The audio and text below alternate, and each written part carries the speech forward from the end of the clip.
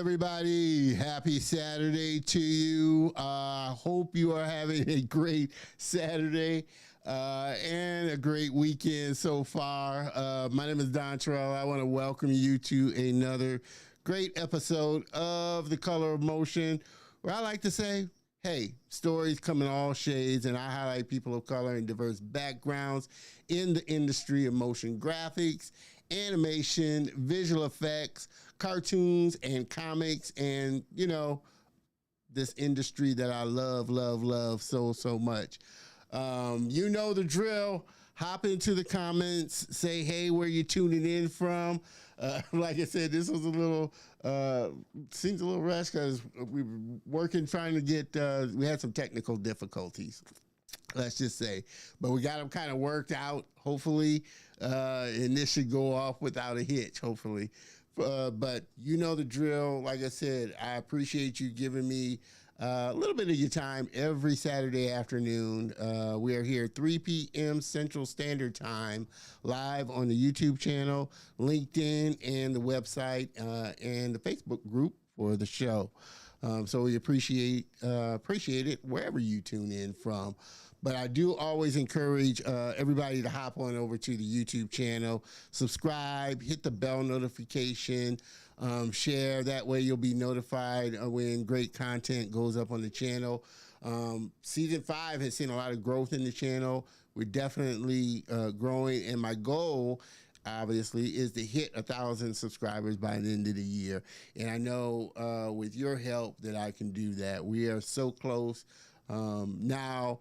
And like I said, with all the great shows and episodes, it's definitely been bringing in a lot of new viewers.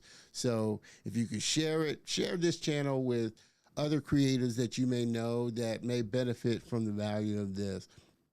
My goal is to inspire and help motivate other young creators out there. So definitely share the channel.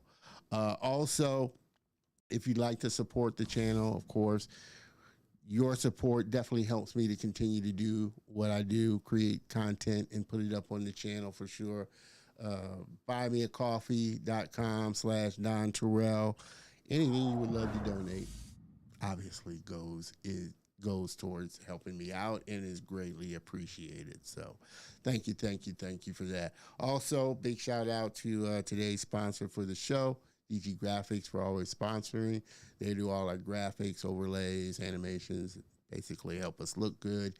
And definitely, if you are a business or a brand looking to level up your brand content, create engaging content that connects with your audience, then you definitely want to reach out to them and give them a call. So appreciate it, DG Graphics, for always sponsoring the show. What else? Man, like I said, again, next week, is our last episode before hiatus, and super excited about last quarter because once we come back from hiatus, we'll be definitely in countdown mode for episode 200, and so I'm planning the big 200 celebration, so you definitely don't want to miss out for that. I'll remind you again at the end of the show. All right, I think I got pretty much all the housekeeping stuff out the way. Just want to make sure that we're broadcasting from all the channels. And I think with that, we can kind of get this show on the road. What do you say?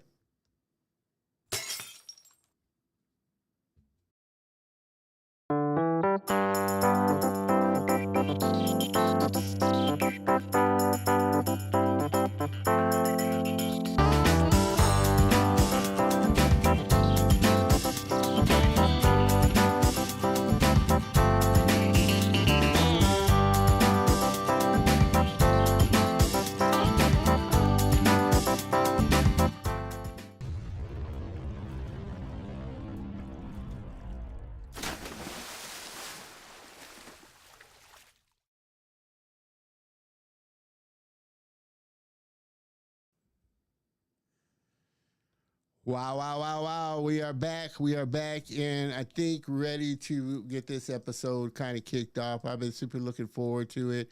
Our next guest, friend stopping by, and I think it's going to be a great episode.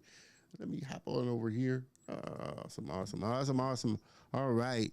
My next guest and friend stopping by, The Color of Motion, is a Nigerian artist, filmmaker, and creative technologist at the intersection of AI, culture, and storytelling. Founder of Slickcity Media and the creator of the acclaimed Elder series, his work challenges ageism and reimagines African identity through future forward design. He has collaborated with Marvel Studios, Cadbury, IBM, and American Express, building new creative pipelines using AI and cinematic storytelling. He's spoken on global stages like TED, Cannes, and the UN, and is pioneering African AI tools while mentoring the next generation of innovators. Everybody, please help me welcome my very special guest and friend. Hopefully, we won't have any technical difficulties. But Mr. Malik Afegbua. Let me jump over. Good to be here. Awesome. Let me get in here, Malik.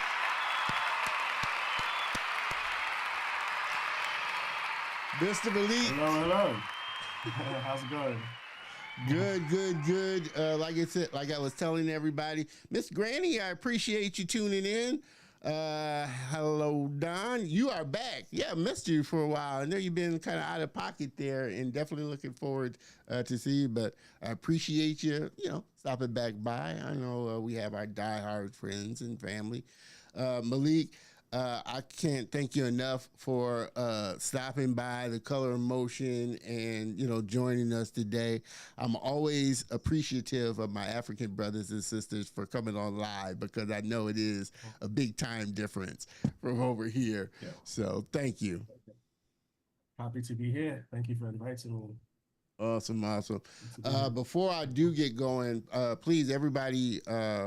I guess I'll have to apologize. We were, like I said, having a little technical difficulties. We are still with the audio. We're kind of getting a little echo on Malik's side. You may be getting it on my side. Like I said, I'm having to do the show a kind of a different way this time around through Zoom, which I'm going to have to, kind of work on that. And that might be because why we're having kind of the audio thing. I haven't got the audio, but we're doing it through Zoom rather than through the traditional way I do the show. So I say all of that to say, please forgive me. I always like to start, Malik, asking everybody kind of, what got you interested initially in, technology, art, film, animation. Was there one thing when you were young, or at what point did you kind of get interested? It might have been a later time, but what was it that kind of said, wow, this is something that looks really cool that I would really like to kind of explore more? That's a good question. I've literally always been interested in technology from like a very young age. And that's me saying like when I was like maybe 5, 6, I'm the one that would take out the radio sets and the TV sets, take it apart to see how it works, to see how it ticks, what's inside, and I put it all back, or sometimes I don't put it back and just ruin it. But that just meant like I was very curious, like the things that I understand life. I was trying to almost and the symbiosis of both as well. So it's been mostly curiosity about it, or as a career, as something that I do to make money or something that I do to create an impact. It's been since I got out of university, really. Well, it's just been in the past. Yeah, professionally, I'll say about 20 years. 20 years. Wow. That's a long time. Well, do Yeah. you see, like I said, do you see the industry growing now with how technology is moving, especially over in Nigeria and Africa as a whole? How do you see technology starting to shape what's kind of coming out from the creators there? I mean, it's a great time to be alive because we have, for the first time in history, we have the barriers lowered. You know, creators could create, without permissions or the long process of actual production when you want to do that traditional production stuff. But with technology today, you can think of an idea, you could literally ideate and go from ideation to production, and that could even mean something else. So it's a great time, and I like the fact that now everyone's experimenting with AI. Last year, 2 years ago, there was a lot of confusions with what is this technology? Is it going to take my job? What is it like? Exactly. But today, it's more of people trying to find how they play a part of that role or what they're doing in that space or how to use that technology, in addition to what you already do. So everything is changing. The style of storytelling is changing, the approach is changing. Even the consumership as well is changing as well. So really changing with that. So it's a great time. Man. I can't wait to see what comes out next year as well. Miss Maggie says she can't hear. Maggie, let me know. And anybody, please let me know. Like I said, we're having technical difficulties. I'm trying to figure out, we are on the audio side now. So I'm trying to figure out while I'm going through the interview, the audio thing. So please let me know if you can hear me. If you can hear me and you can't hear Malik, let me know so I can kind of troubleshoot this as I go along. It's a little hard during the show, but I appreciate that, Maggie, for letting me know. Let me know if you can't hear anything or if you could just hear me or if you could just hear Malik. That helps me to kind of troubleshoot as we're going kind of through this. Sound effects. Troubleshoot this echo cancellation. All right. And you can still hear me, right, Malik? Yeah, I can hear you. Can you hear me? Uh, Say something again. Can you hear me? Can you hear me? Okay. Now I can't Is it hear good? Is it Malik. better? Oh, wait a minute. Go ahead. Say something, Malik. Can you hear me? Can you I hear can hear me? you Is it now. better? Okay. Oh, great, Uh, great. yeah, I'm trying to, like I said, we're having more audio issues. And like I said, I think that's because of Zoom and just, like I said, this is the first time I'm using Zoom to bring in a guest. Normally I don't, but now since I'm planning on doing like multiple guests, Zoom is, I think, is going to be the best way to do it. So over hiatus, I'll be testing out Zoom. I've never used Zoom as an integration through my streaming platform. Um, I want to ask you because this was something I guess that was brought up with my last guest, Tisepo from South Africa.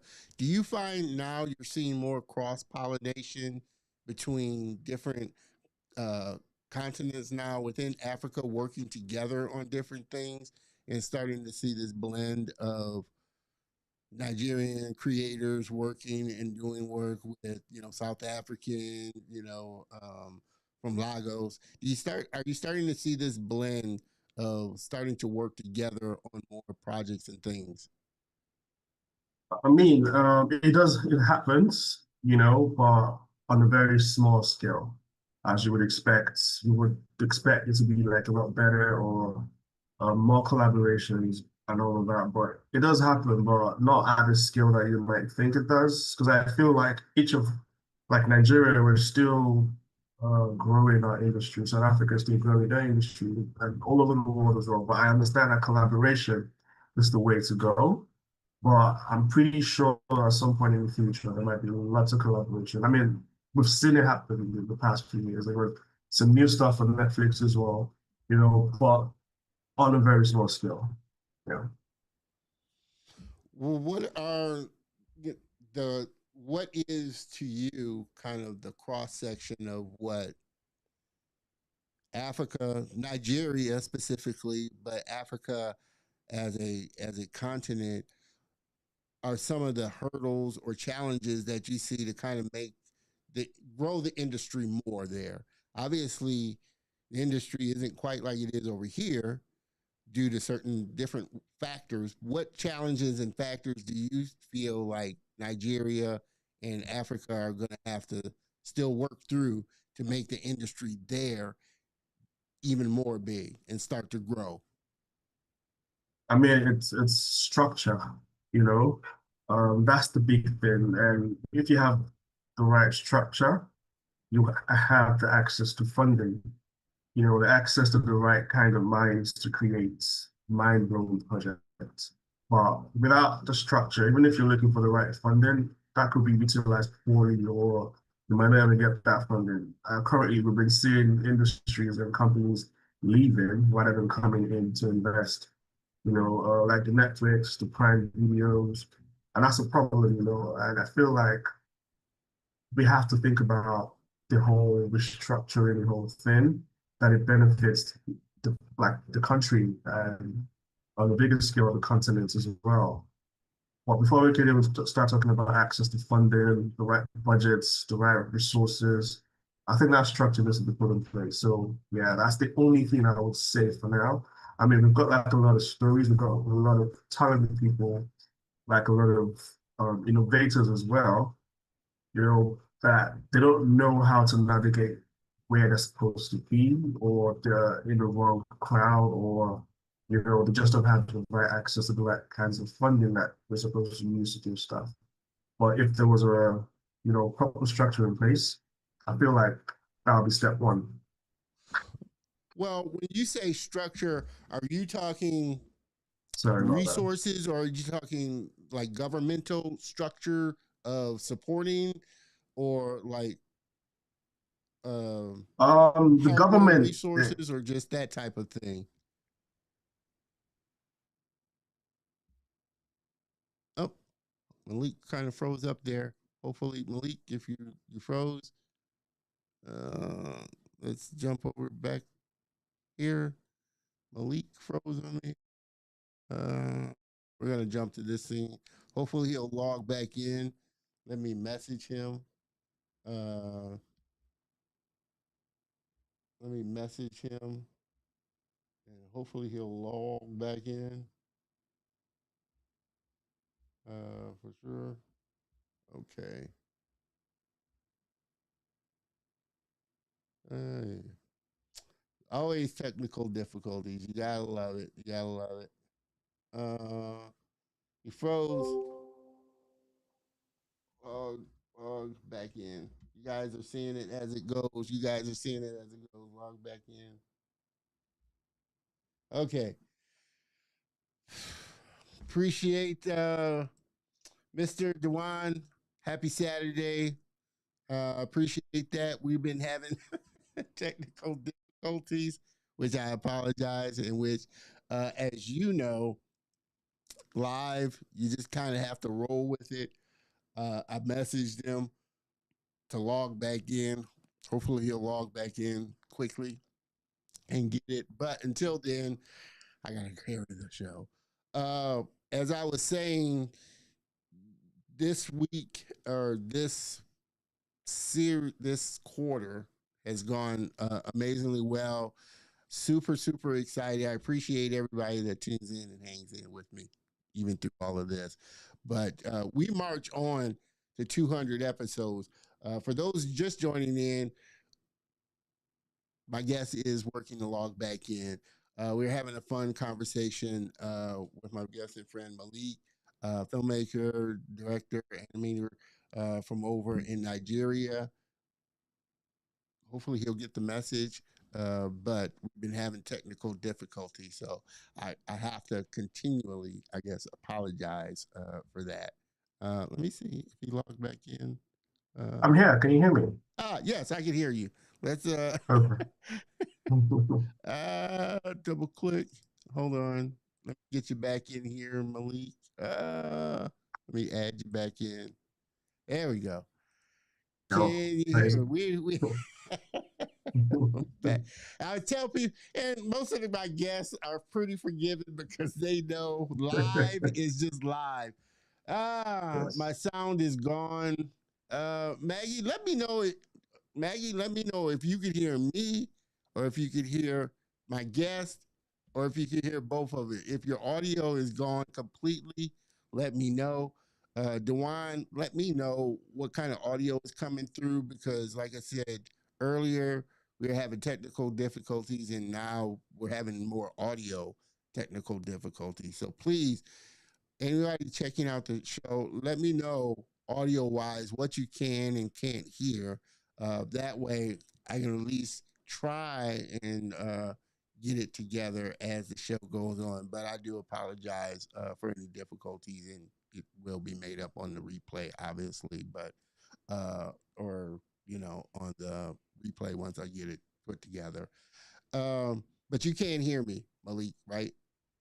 Yes, and Okay, I and hope you I can can hear hear me as you. well. Okay, good. Again, Maggie, anybody checking out the show, please let me know how the audio is coming through on your end because I don't have the audio up monitoring the episodes because I'll get feedback. So that's why I don't have the audio up and I can't hear the audio but through my headphones. And even though I know I'm getting a feedback or echo or double echo, you know, I still not sure if the audio is going through or if you're hearing the double echo. So again, let me know. With that, we're going to march on with this. Again, everybody just joining in. We're having a great conversation with Malik. Help me, Malik. How do you pronounce your last name? Afegbua. Afegbua. Afegbua, yes, that's the one. Okay, I thought that was it. Afegbua. Yes. So for you, what are the things that you're enjoying seeing from creators that creators are creating with the tools that are out there?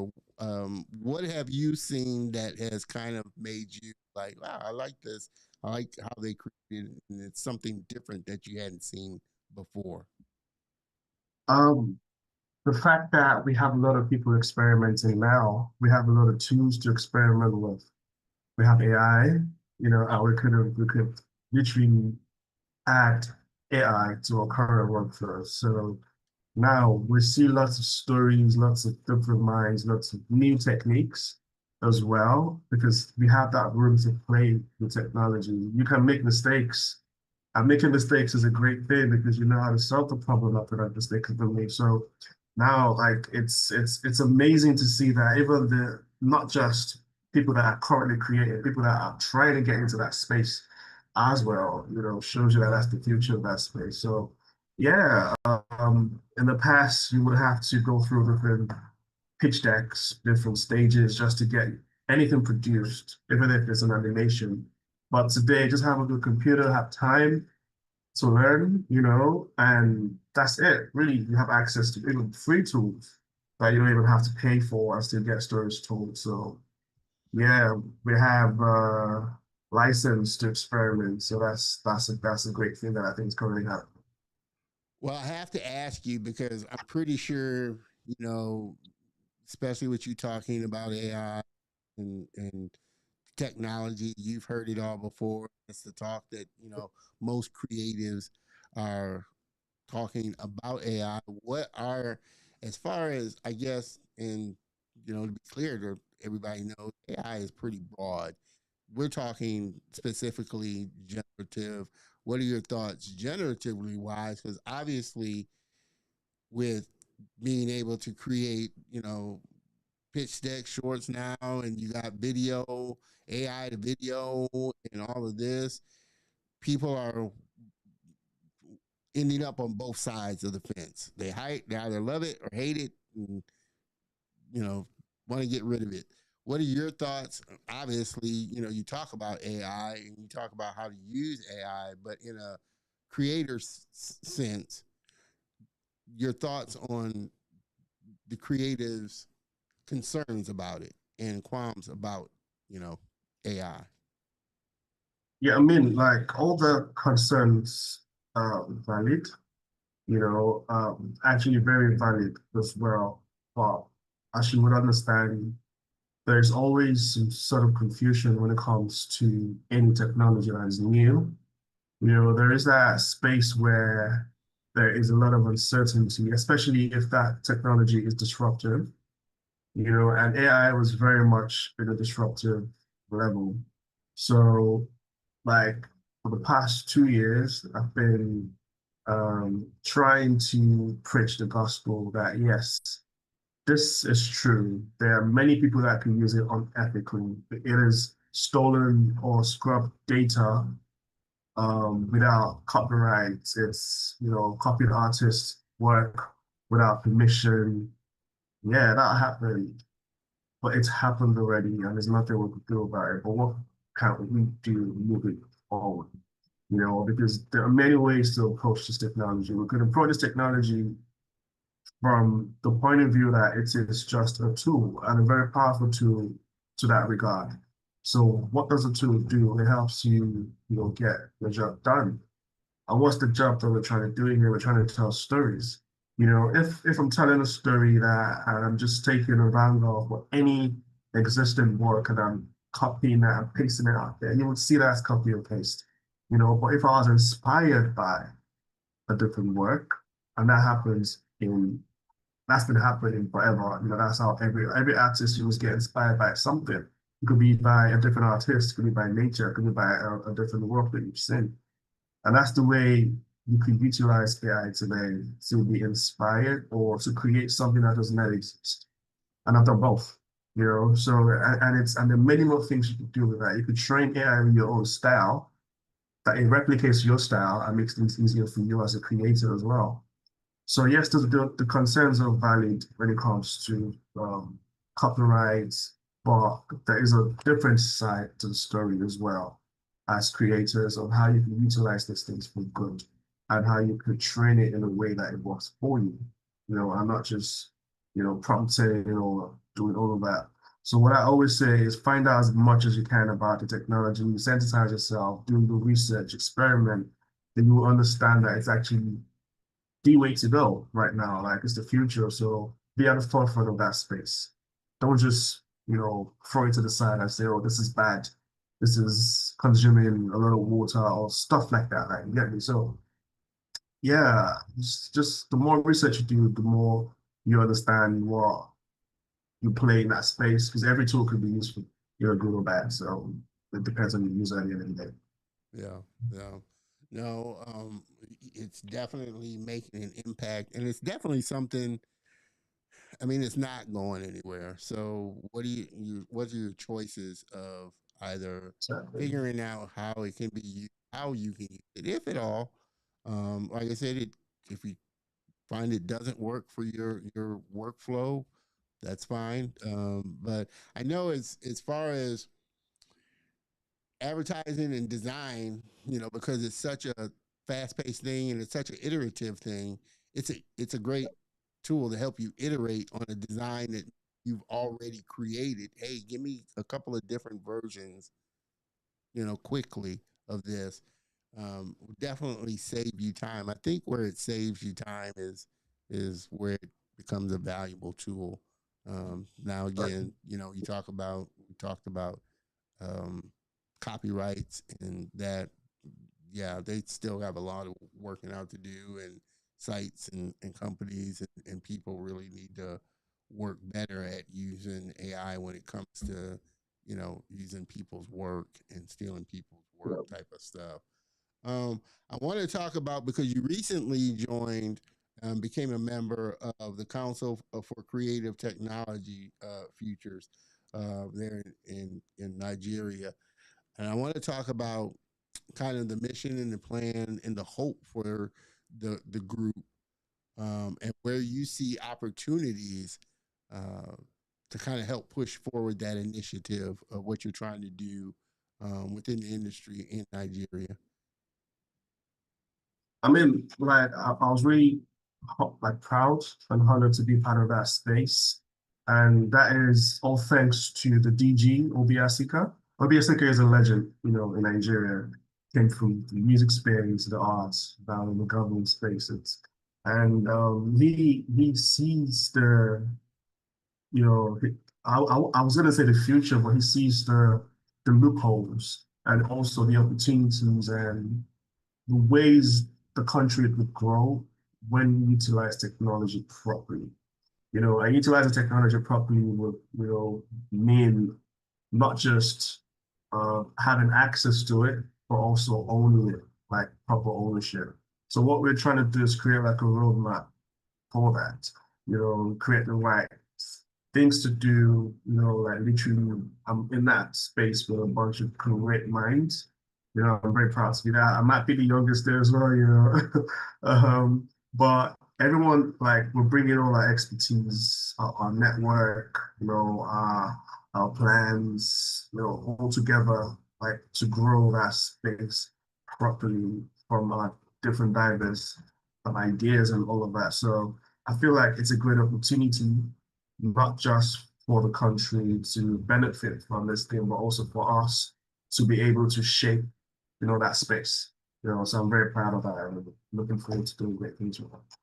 Well, as far as some of the technology that you see coming out, because it's not just AI, we're seeing VR, we're seeing AR, we're seeing a lot of different Yeah. types of technologies and ways for creators to tell stories. You know, outside of AI, what are some of the things that have excited you that you're really geeked about seeing coming down the pipe from some of the creators?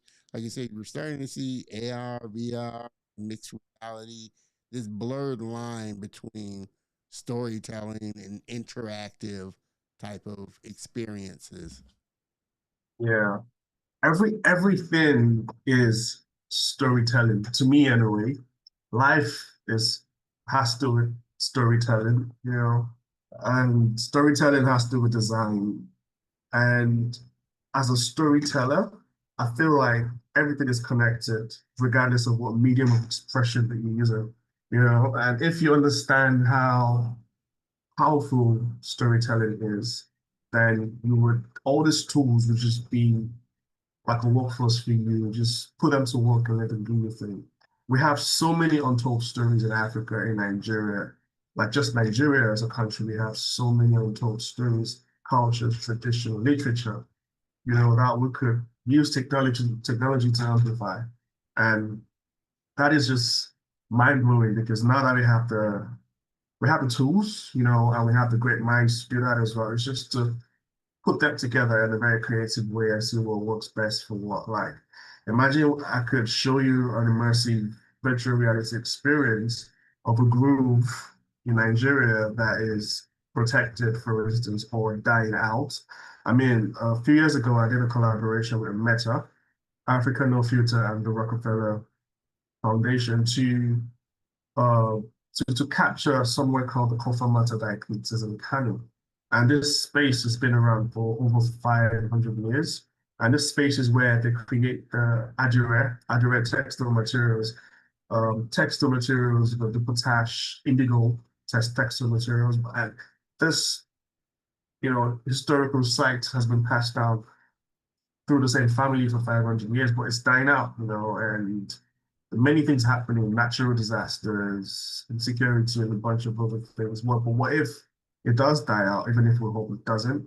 We now have that in an immersive space, captured forever, and that could be exported to anyone, anywhere around the world to experience that space exactly how it is, and we did that in a creative way as well. So we could, do that same thing with other industries, tourism, like literally anything and tell an intelligent story to make other people everywhere else like understand where you come from, understand the kind of stories you're telling.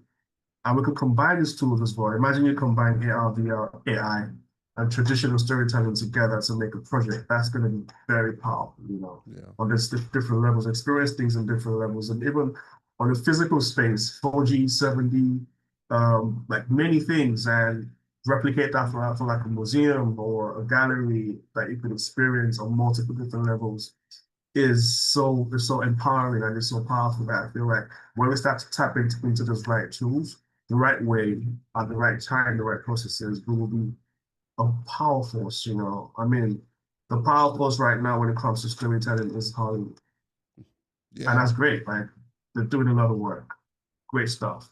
But you also understand that the viewership consumption is going down because people are going on TikTok, YouTube. Not a lot of people watching television like they used to watch it, go to the cinemas, but it still happens. But it's gone down a bit because of access to technology. You can just be on your phone and get content on your phone and that. So everything is shifting. So we could shift with that. Everyone still having the traditional, but implementing the new and the futurist narrative with that traditional one as well. Will be powerful. So yeah, can't wait. Yeah, no, I totally agree with you. Where everything, it comes down to story. And people are wanting a story, and it's even, I think, even businesses and brands are starting to understand that when it comes to the content that they're creating, they're trying to create this immersive story that engages people and keeps people kind of in their community and ecosystem. In order to do that, you have to kind of wrap everything in this kind of story so people feel like they're a part of this community. So even brands outside of filmmakers, animators and all that, they understand story, but even brands now are starting to understand the power of creating a story that wraps Yeah, around their brand that keeps people engaged with their brand. exactly, exactly. And to me that's beautiful. I'm really proud of that. I agree. Everybody just joining in. Please, I always have to say, and I guess I'm going to have to say, which, I had this happen on my very first episode. I had audio problems. So definitely, I'm going to have to extend another invitation for Malik to come back on a good episode where we're not having audio. So he will be back uh again. We probably bring him back maybe for the 200th would be great episode, but we will Mm, have him back on, just because I know the audio for this is kind of spotty.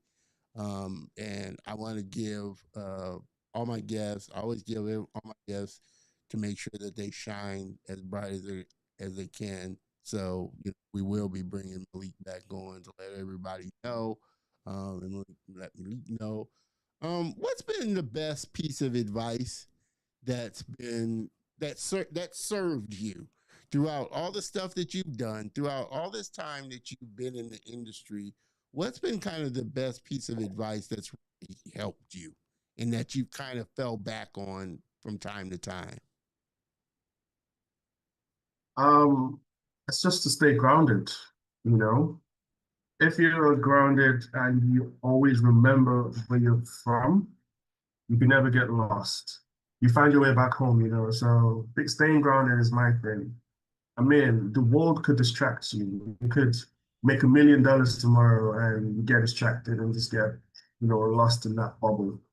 But if you remember where you're from, you know exactly what to do with that money. So that guides my storytelling, guides my approach to life, it guides, literally everything because I know exactly what I'm doing. I know why I'm doing it, and I know how it affects the next person to me because of the fact that before I make a decision, it's coming from that space of being grounded. So yeah, I think that'll be the best of that from my mother, by the way. And you guys know how I like to do it. Always bomb when my guests drop a nugget there. So definitely a great piece of advice in staying grounded in all that you do. Um, Obviously, we've been seeing a lot of great content um, coming from the content, like I said, not just Nigeria, but for the content of Africa as a whole, especially animated films and now it's like it's been a hidden thing. We've all known the creators over there have always been there, but over here it seems like it's a new thing, and we're starting to see a lot of great content and stories come from the continent. And like you said, there's a rich history of just you can tell stories for centuries from the stories over in Africa over there. What are some of the things that you've seen that's come out that you've liked? And then two, what do you feel like are some of the misconceptions that you think people have about creators from Africa and just content in general coming from Africa? Um, so I'll start with the first question. There's an animated series called BeCreative. I think that was acquired by Disney, and it's done by a bunch of Nigerians as well. Also looking out for another one by a good friend of mine, Fedi, called The Passport of Mona Lisa. Really great stuff. He's been working on that for a bit. That's also going to be very good. Like I'm really proud of the creatives in Nigeria. The misconceptions that I get from people, like from my personal experience, would be, what are you doing in Nigeria? Oh, I never thought you were in Nigeria. Oh, you're Nigerian. Do you live there? Or I never thought like stuff like this would come out from it. So, but it's a misconception because they just look at Nigeria like it's a backward country, and it's really not. We have the same access to technology here.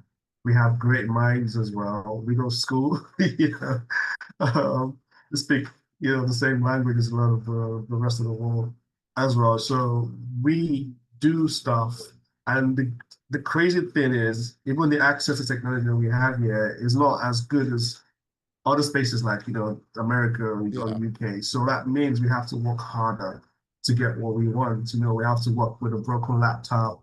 Sometimes we have to work with no power or internet sometimes, but we get the work done. So Yeah. that means that we're very disciplined in terms of trying to get it. I mean, it's a big space, so there are many different types of creators, but the ones that do the work properly, we're very disciplined to know what to do, how to do it. I will do it faster. I will do it with more resilience because it means more to us. Because of how we got to where we were, it was a crazy journey that we get there and we're comfortable, so we can now make decisions. So it's not like we always had that access or we always had power or we always had internet. We had to work towards a space to get to that space. So but the great thing is we value the work that we do, and we are very talented. Like in Nigeria, there are a bunch of talented people, that are just looking for the right opportunities. Some even have the right opportunities that you may not even hear about them, but they're doing great work wherever they are doing what they're doing. So yeah, people just think Nigeria, and the crazy thing is sometimes people try to employ or give projects to Nigerians because they think that it's going to be cheaper. Yeah. But I'm always changing that misconception with people. I'm like, this is my fee because I'm not cheaper because I'm in Nigeria. You pay for the work, you pay for my experience. So you pay me the same, you pay your counterparts wherever you come from, even more. You get me? So it's that's a misconception as well. I understand you can go to some spaces for cheap labor. Nigeria isn't one of those spaces because we actually, Yeah. there's a journey before we get to the space that we're trying to get to. So yeah.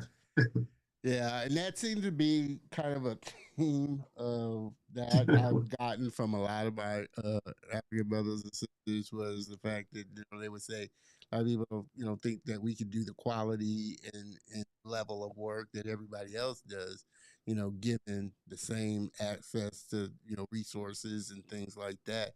And I've always found that to be the I guess the biggest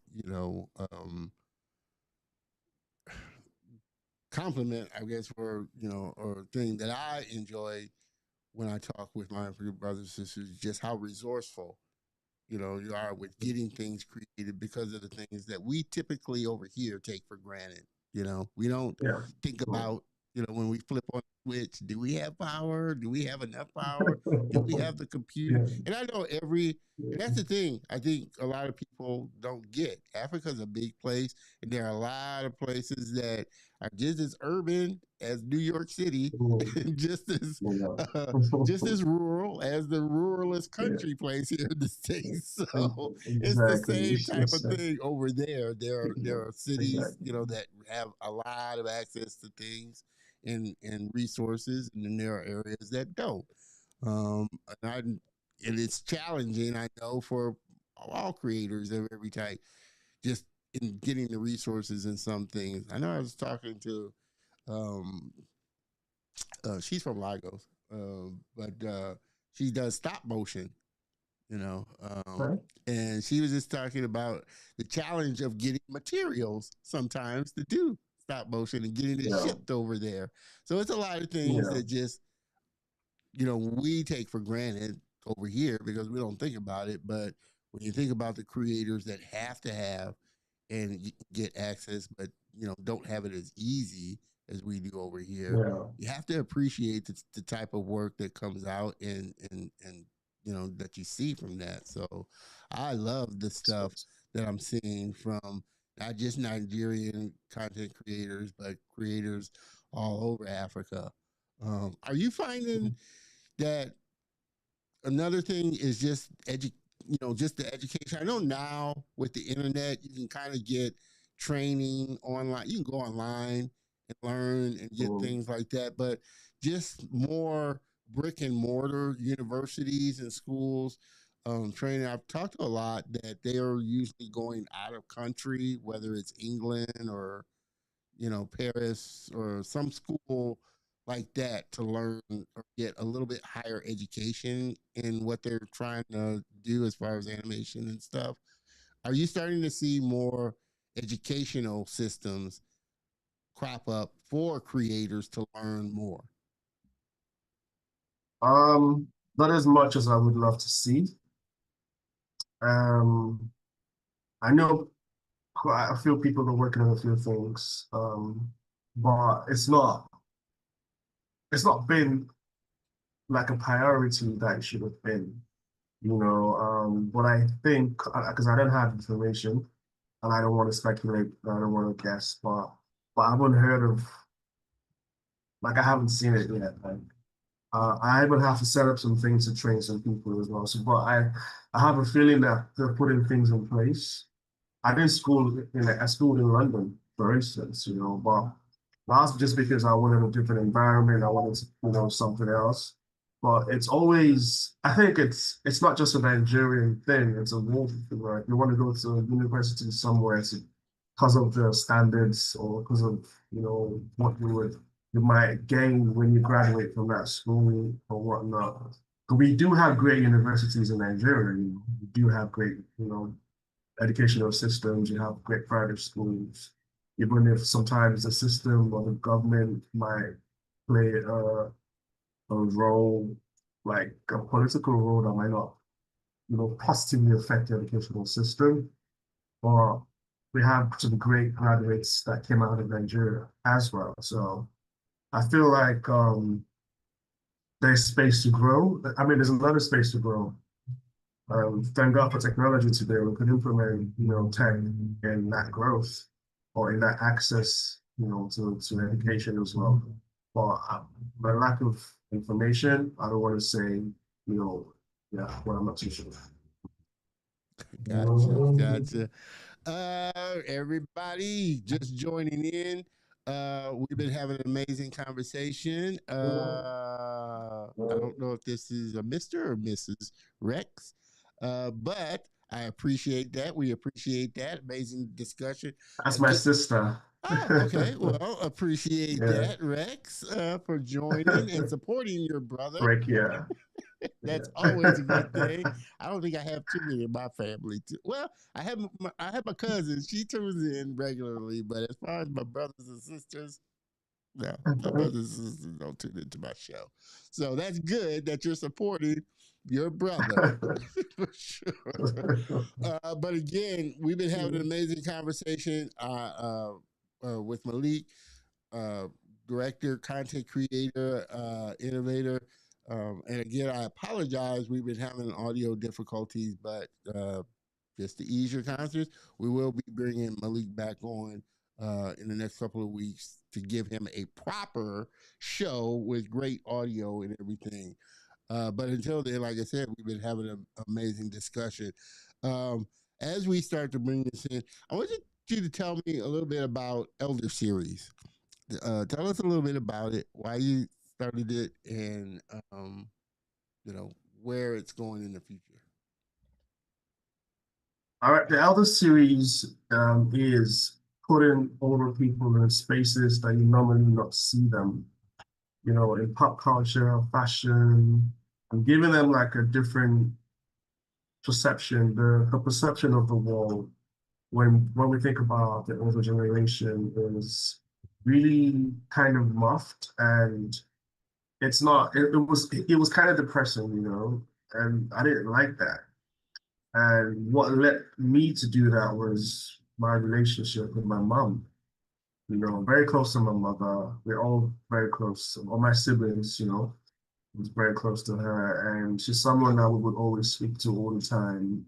You know, wise, always talking to us, regardless of what the topic of that conversation is. You know, we all I speak to her every other day until that just stopped. And I didn't really know how to deal with that because it was very unexpected. Um, it was just a space that I didn't really understand, if that makes sense. And I didn't know how to navigate or how to move on. I was just, you know, in some kind of limbo and just, yeah, uncertainty and all of that. But what I did was I turned towards the arts. So I'm always using art as therapy when I'm stressed or distressed or just to step away from reality, you know, because I'm a film director, all of that. But when I step away from that, I just do something like to distress, but not for public consumption, just for me. I just do that, and I was always helping. And this was something that people didn't even know about me, just like a personal thing. So I felt like that was the only thing I could have done. I didn't want to go. I mean, I could have done like started to drink alcohol or all that, but because that was how dark, you know, it was. So I'm still still dark, whether I like it or not, you know, when I still think about it, I still don't have closure, but I guess someday.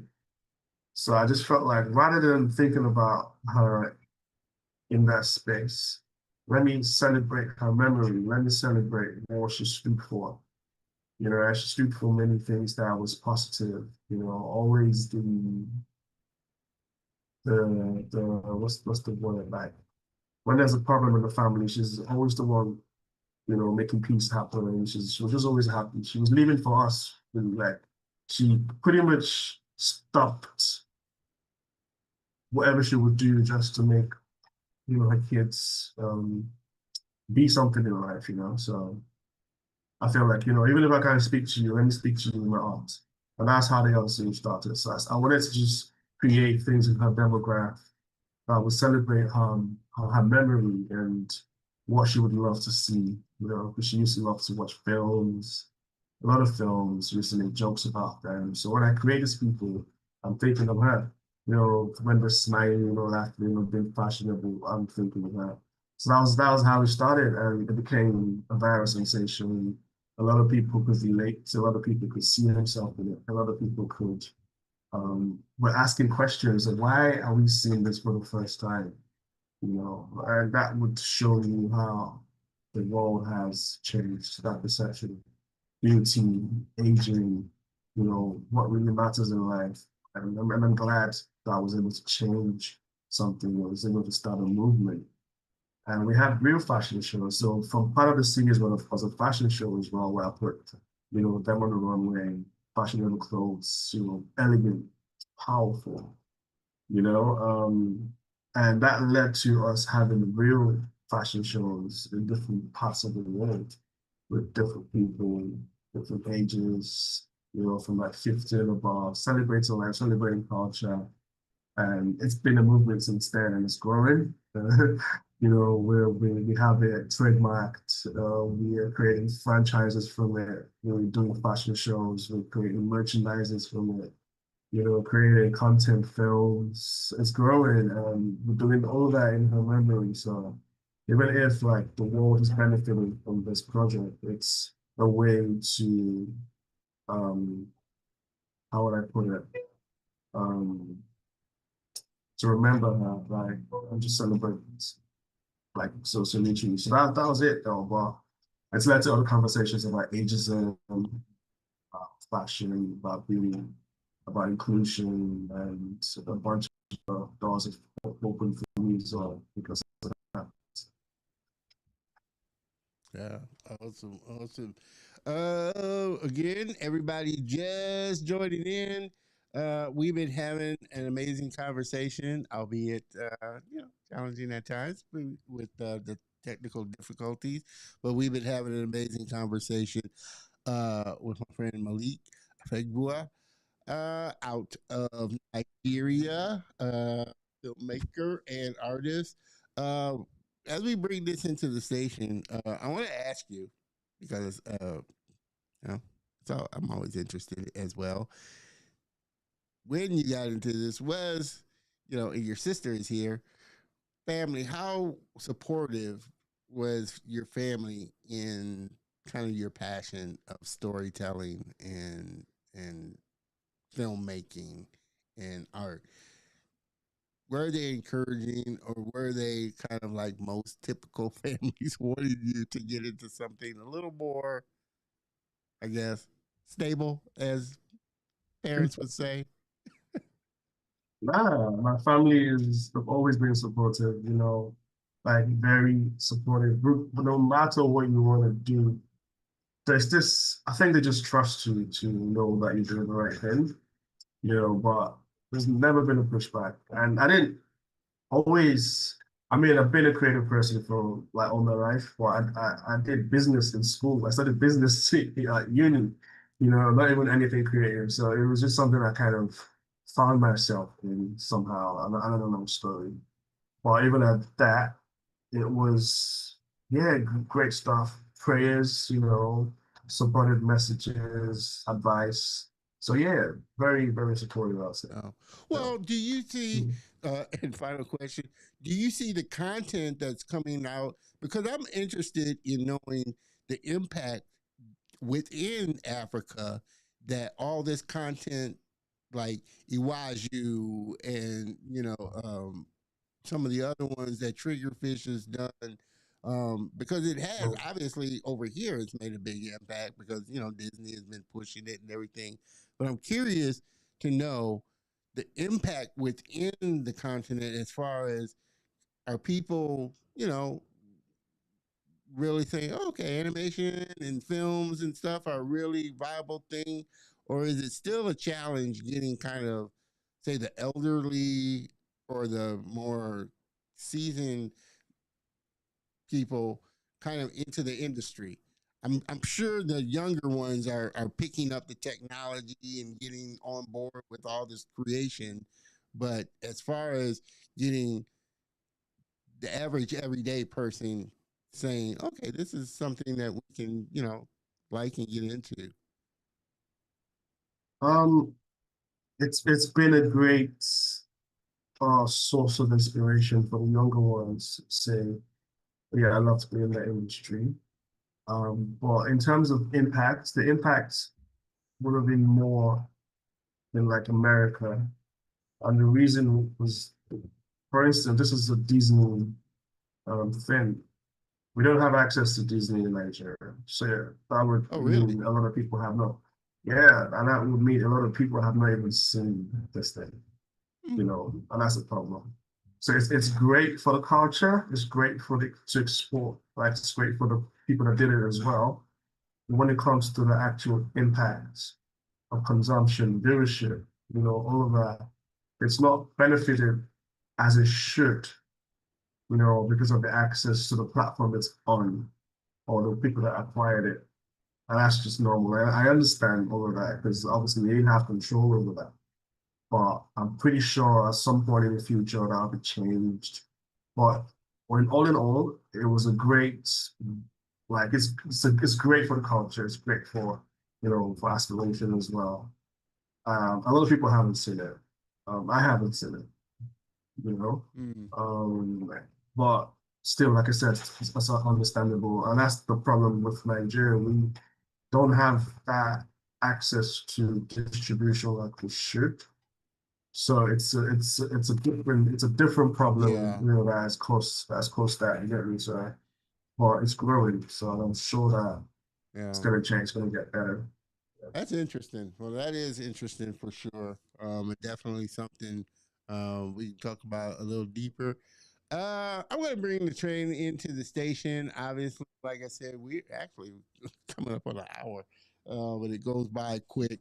But again, for everybody just tuning in, we've been having a great conversation with Malik Afegbua, and I appreciate everybody that's hung with us through the technical difficulties. Malik, I appreciate you hanging with us through all the technical difficulties, and definitely we'll be bringing you back on, for a proper show for sure.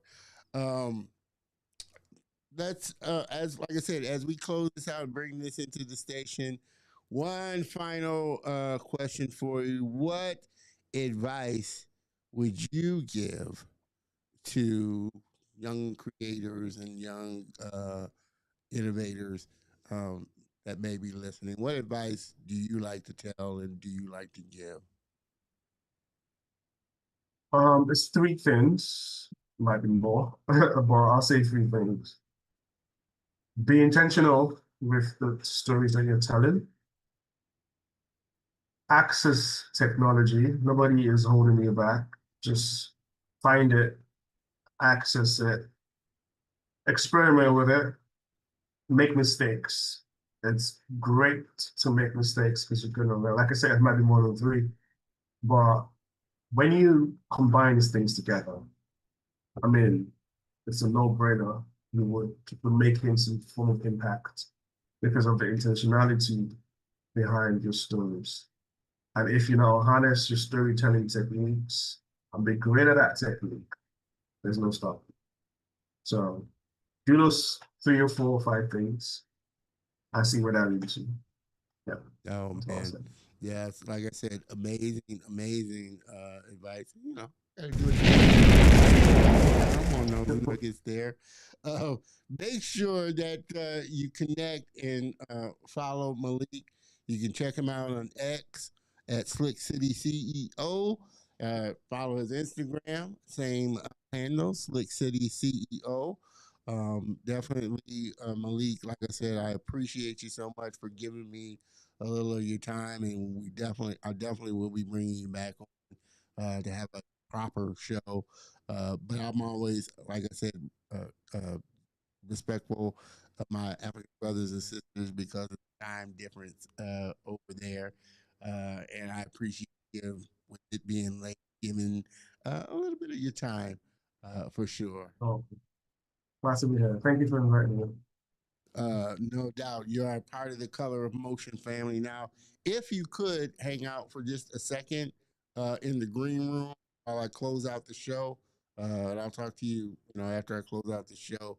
But everybody, please help me thank again our very special guest, Malik Afegbua, for coming on and gracing us and hanging with us through all of this.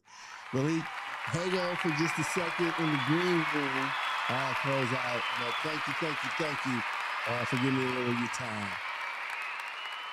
Everybody, I appreciate you hanging with me. Like I always say, live, you have to roll with it. And Malik was a trooper hanging with us.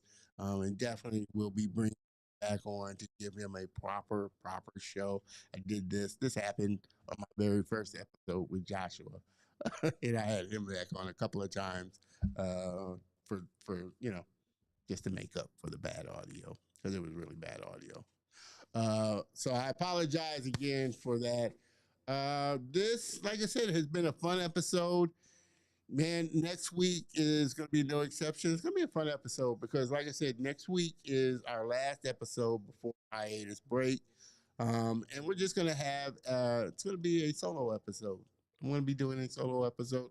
We're going to have a lot of fun and have some interesting conversation.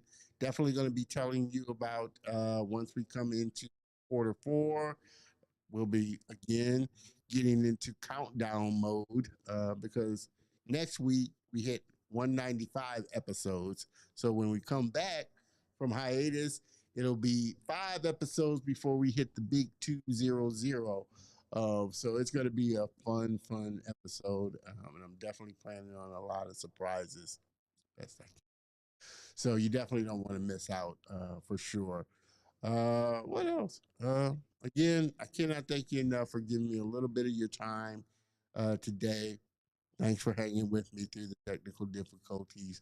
But join me next week because it's going to be a great show. We're going to close out quarter 4 of season 5, and we're going to kick off, you know, quarter 3